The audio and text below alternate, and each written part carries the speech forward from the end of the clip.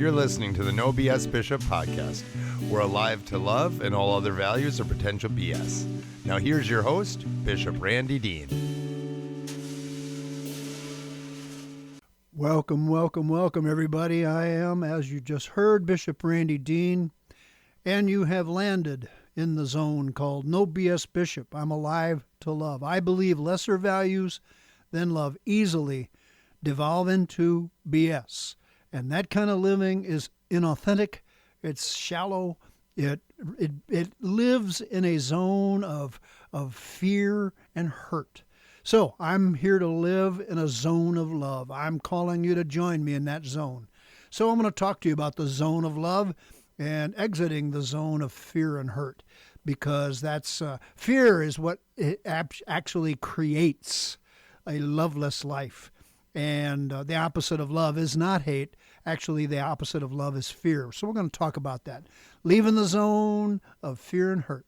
Come on into the zone of love. So if you've been here before, you know I've got a couple of habits here that I present to you to help you and me to get into that zone of love. And if you've never been here before, welcome. Thank you for giving me the honor and the trust of a half an hour of your life and time. I'll do my best to not waste 1 minute of it. So I offer here two things that get me started. First is the Lord's Prayer, and the second is Love's Creed. Lord's Prayer, as you would guess, is written by the Lord. Love's Creed, as you may not guess, is written by yours truly, myself. The Lord's Prayer, most prayed prayer in human history, I think is overdone in a vain way and underdone in a truly appreciated way. Overdone, Jesus said, don't pray vainly, meaning don't just empty your words out your mouth without them entering your heart and your mind. Don't repeat vainly. So the Lord's Prayer has been overdone that way, but it's been underdone with a true appreciation. And that's why I'm doing it right now with you. I want you to join me in making sure it has entered your heart and your mind. To that end, it is phenomenal. It's magnificent. It's a short paragraph that encapsulates the mind and the heart of Jesus when he said, this is how you pray. So here we go. If you know it, join me. If you don't, listen and tune into it on some level that enters your heart and mind. Here's the wisdom that Jesus taught us to pray. Our Father, who art in heaven, hallowed be thy name. Thy kingdom come, thy will be done, on earth as it is in heaven. Give us this day our daily bread, and forgive us our trespasses, as we forgive those who trespass against us. And lead us not into temptation, but deliver us from evil. For thine is the kingdom and the power and the glory forever. Amen. There's a meditation there, and it's free for every day, every moment of every day, if you so choose. And it can become a wonderful and profound contemplative way to live your life. Now, Love's Creed, something I wrote a little over a decade ago for a New Year's resolution. And it's become for me a true creed. And I'm offering it to you on the same level, a creed for life. If you'd like a copy, you can email me at randydeanministries@gmail.com.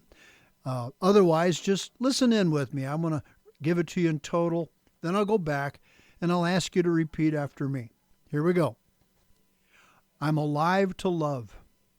I am not on this earth for hate. I'm alive for love. I'm not breathing, eating, and sleeping to regain energy for causing pain. I am alive with plans, dreams, and designs locked into anything and everything that is love. I am unavailable for anything less than love. Now, repeat after me if you will. I'm alive to love. I am not on this earth for hate. I'm alive for love. I'm not breathing, eating and sleeping to regain energy for causing pain. I am alive with plans, dreams, and designs, locked into anything and everything that is love. I am unavailable for anything less than love. All right, there you have it. Come on, join me in that zone of love. And come join me in a path out of the zone of fear and hate, out of the zone of fear and hate and hurt. That's what I'm talking to you about today. This is my subject du jour. Getting our life out of the zone of fear and hurt and the consequential hate. Moving our life toward the zone of love.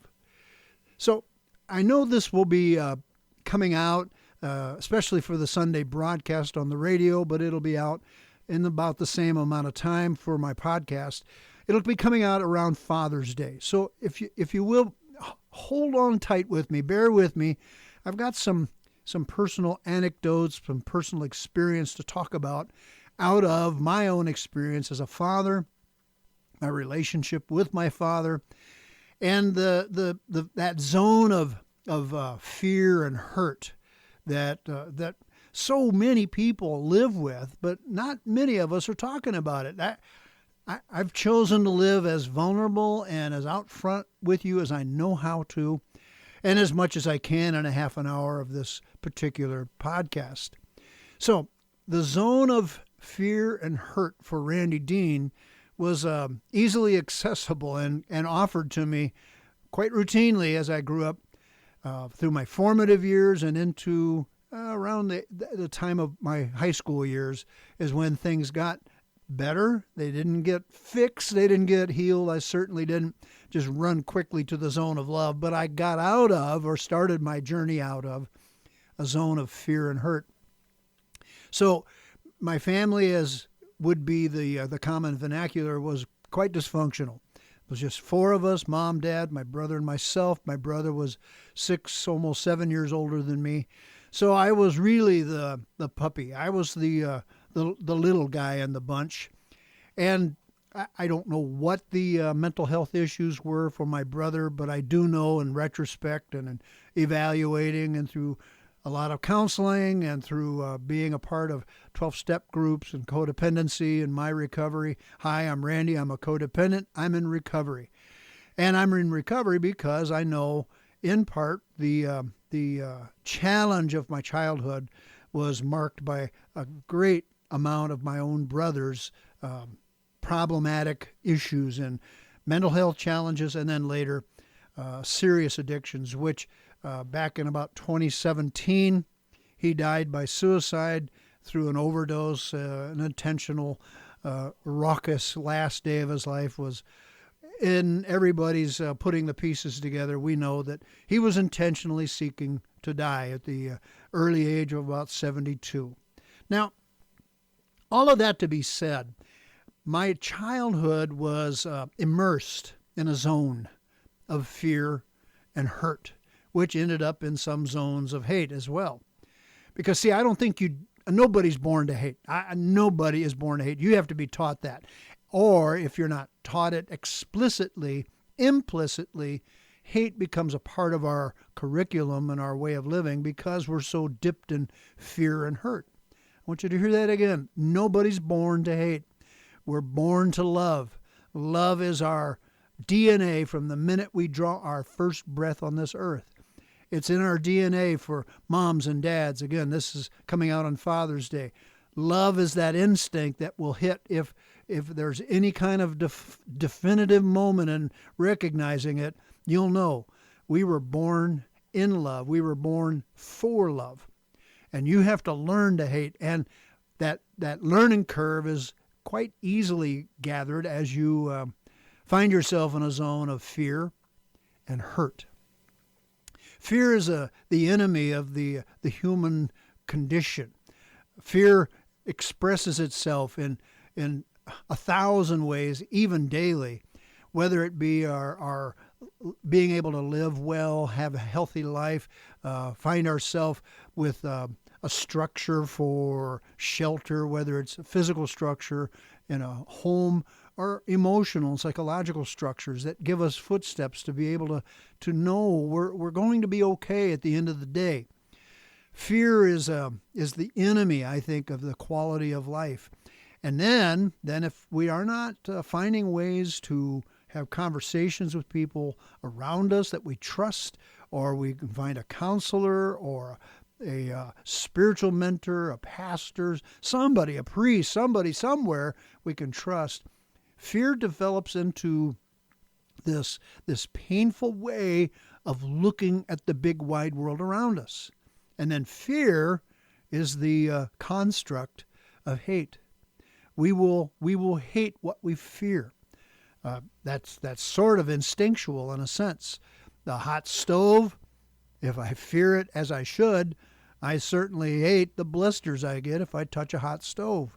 So that natural process there that I just described can help you understand that in larger portions, when we go out about life and our relationships and our means of working, or our employment, or our recreational life, or our family life, when there is fear, then we find ourselves instinctively hating what we fear. If somebody's consistently on a daily basis harassing us on a job site, we develop probably a natural fear of having to go to work. If I get up in the morning and I'm anticipating abuse, if I'm anticipating someone's meanness, and if I'm being sexually harassed, or if I'm being emotionally, psychologically harassed on the job, well, somehow, some way, if I can find a way to express that to human resources or to a counselor, I'm going to say, my job is a place where fear is being incubated, and because of that fear, I hate going to work. You see what I'm saying, I hope. So to that end, broaden the scope of what I'm saying here. Look at the zone that we all are having to live with, the zone that we can find easily of fear and hurt.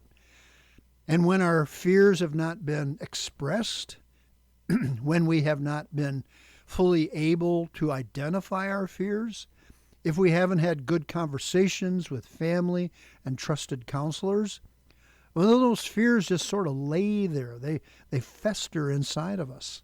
And then out of that fear, then hurts are going to develop.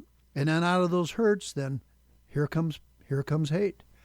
My experience growing up as a kid in a dysfunctional family was complicated by the fact that I also grew up in the north side of Milwaukee during the tumultuous civil rights days of challenging the establishment. We were living in the best of days and the worst of days in the United States in the 60s when in rightful ways our federal government in particular was seeking to implement a Civil Rights Act, and finally did get that enacted.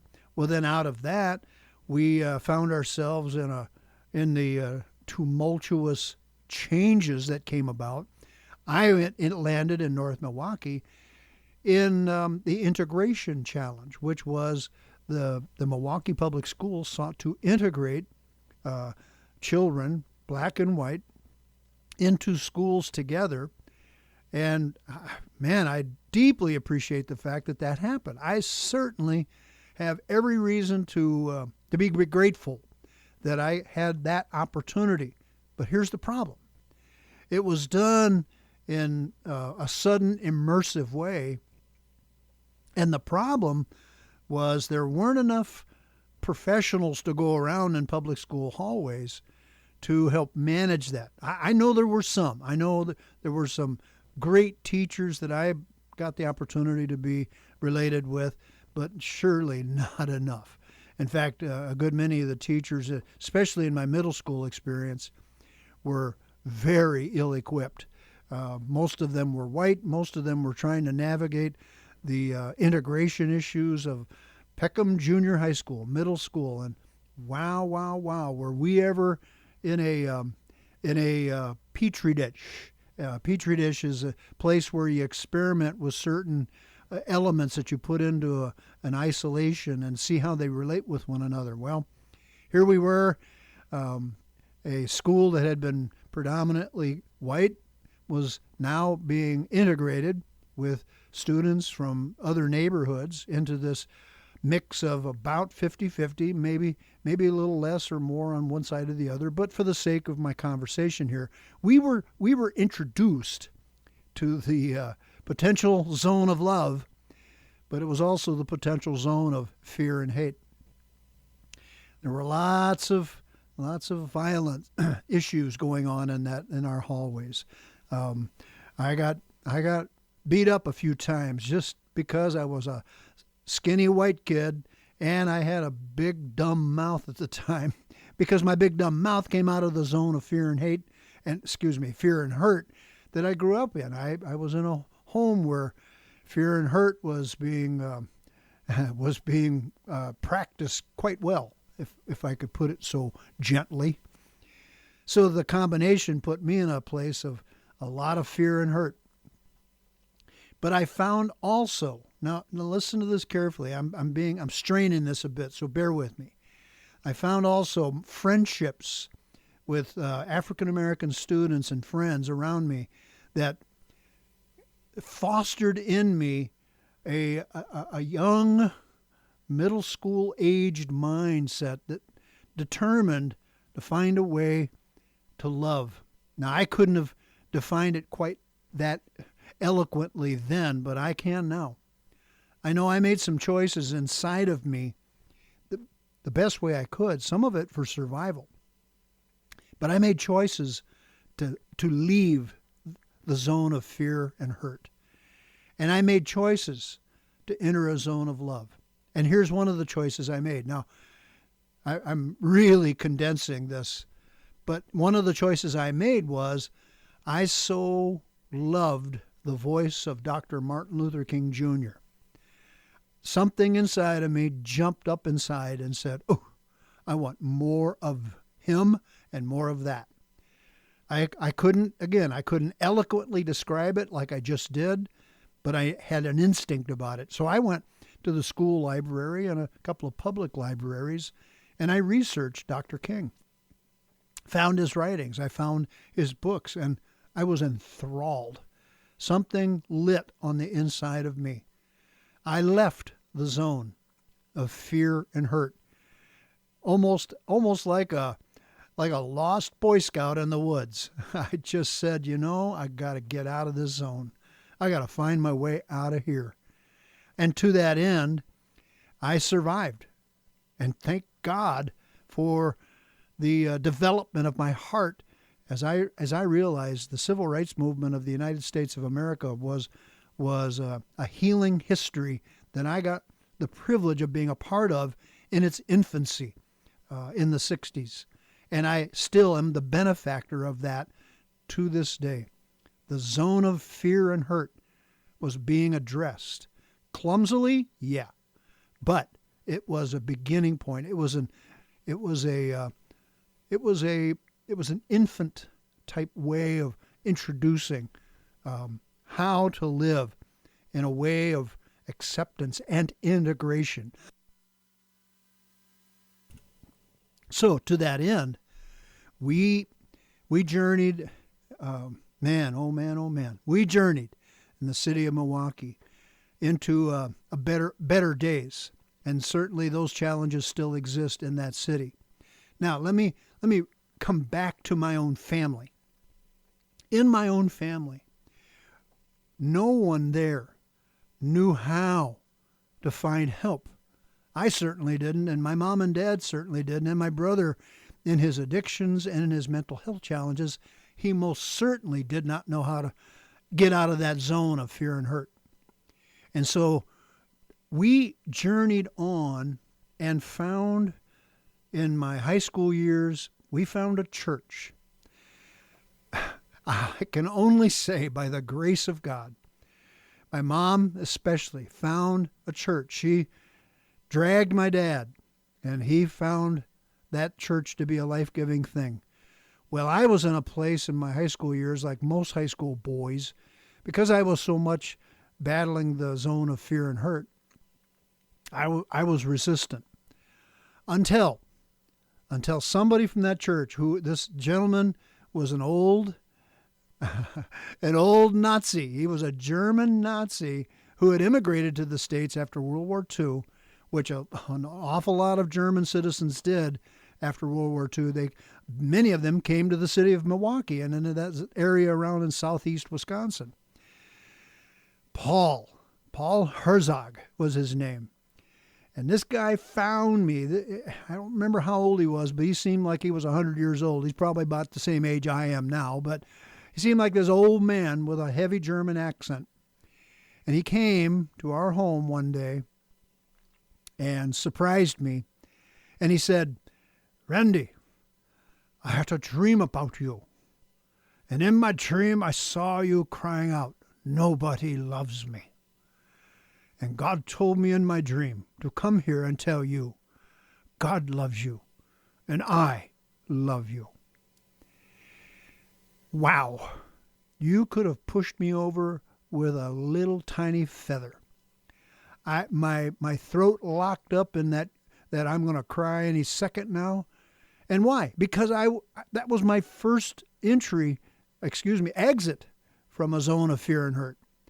You couldn't have beat me hard enough to get me to define it the way I just did. But in that moment, I saw the exit sign from the zone of fear and hurt.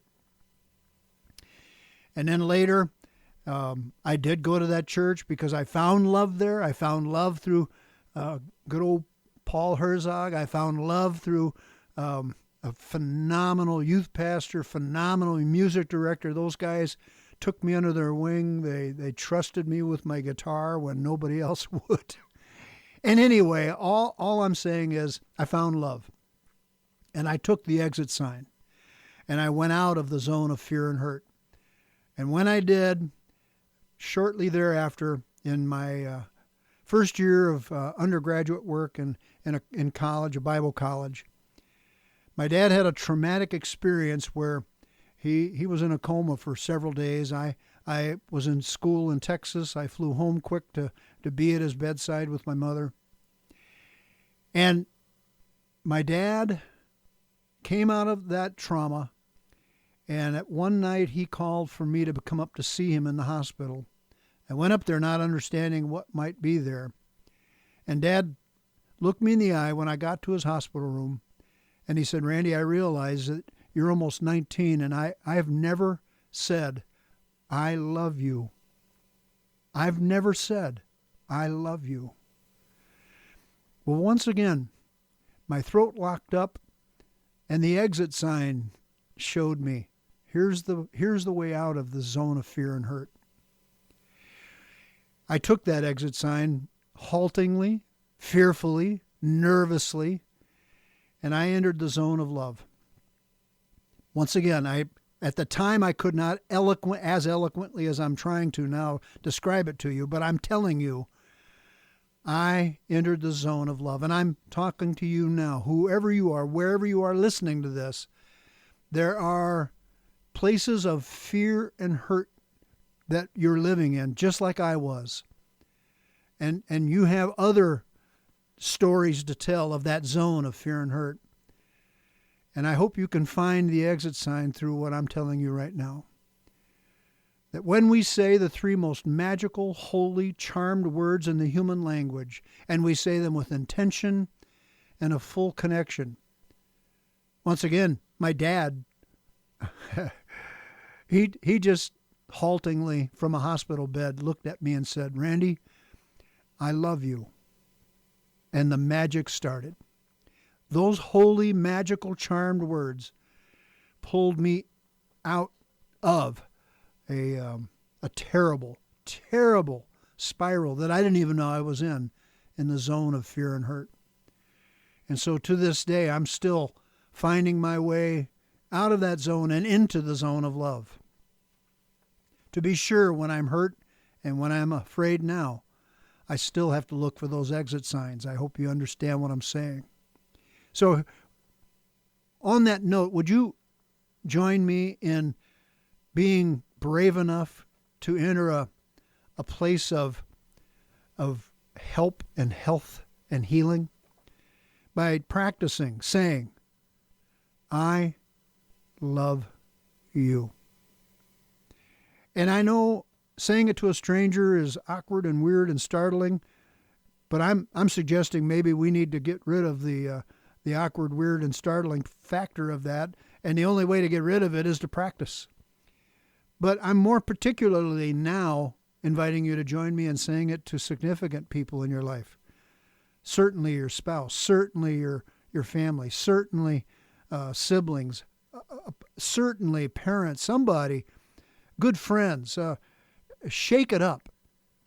We're in a time where the zone of fear and hurt is increasingly intense. It's very similar to the civil rights challenges of the 60s. And somebody somewhere going to have to be brave enough to show people the exit sign. Find a way to get out of this zone of fear and hurt. And to make that as simple as a doorway that looks like, I love you. I don't think Paul Herzog, that restored human being, by the way, I said he had been a Nazi soldier, but he found the love of God in his life, and he became this towering, decent gentleman in our church in that day and time. And out of his experience, he became a voice in the wilderness for Randy Dean. I hope I'm being a voice in the wilderness for somebody. I hope you hear my voice in your path. I hope you can hear me saying to you, whoever you are, wherever you're at, listen to me carefully. I love you. Mother Teresa said one time, there's more hunger for love in this world than there is for bread. And this comes from a human being who spent all of her life feeding starving people in Calcutta, India. So she knew a lot about real starvation, but she said the greater starvation in the human condition is a starvation for love. And if it can be just as simple as recognizing that saying I love you, better a little snack than waiting for a whole meal. Mother Teresa also said it's important for us, each one of us, to go into the world today and love the people you meet. Let your presence light new light in the hearts of others. And to put a hybrid note on it for what I'm saying to you today, let's give people a reason to get out of that room called hate, hurt, and fear that's developed into hate. Let's show them the exit by loving them, lighting a new light in the hearts of others. Mother Teresa also said, we cannot do great things in this life, but we can do small things with great love. I challenge you on those levels. Biggest mistake we make, like my dad was when I was 19, biggest mistake we make is thinking we still have time. Be present. Be kind. Love more. Love now.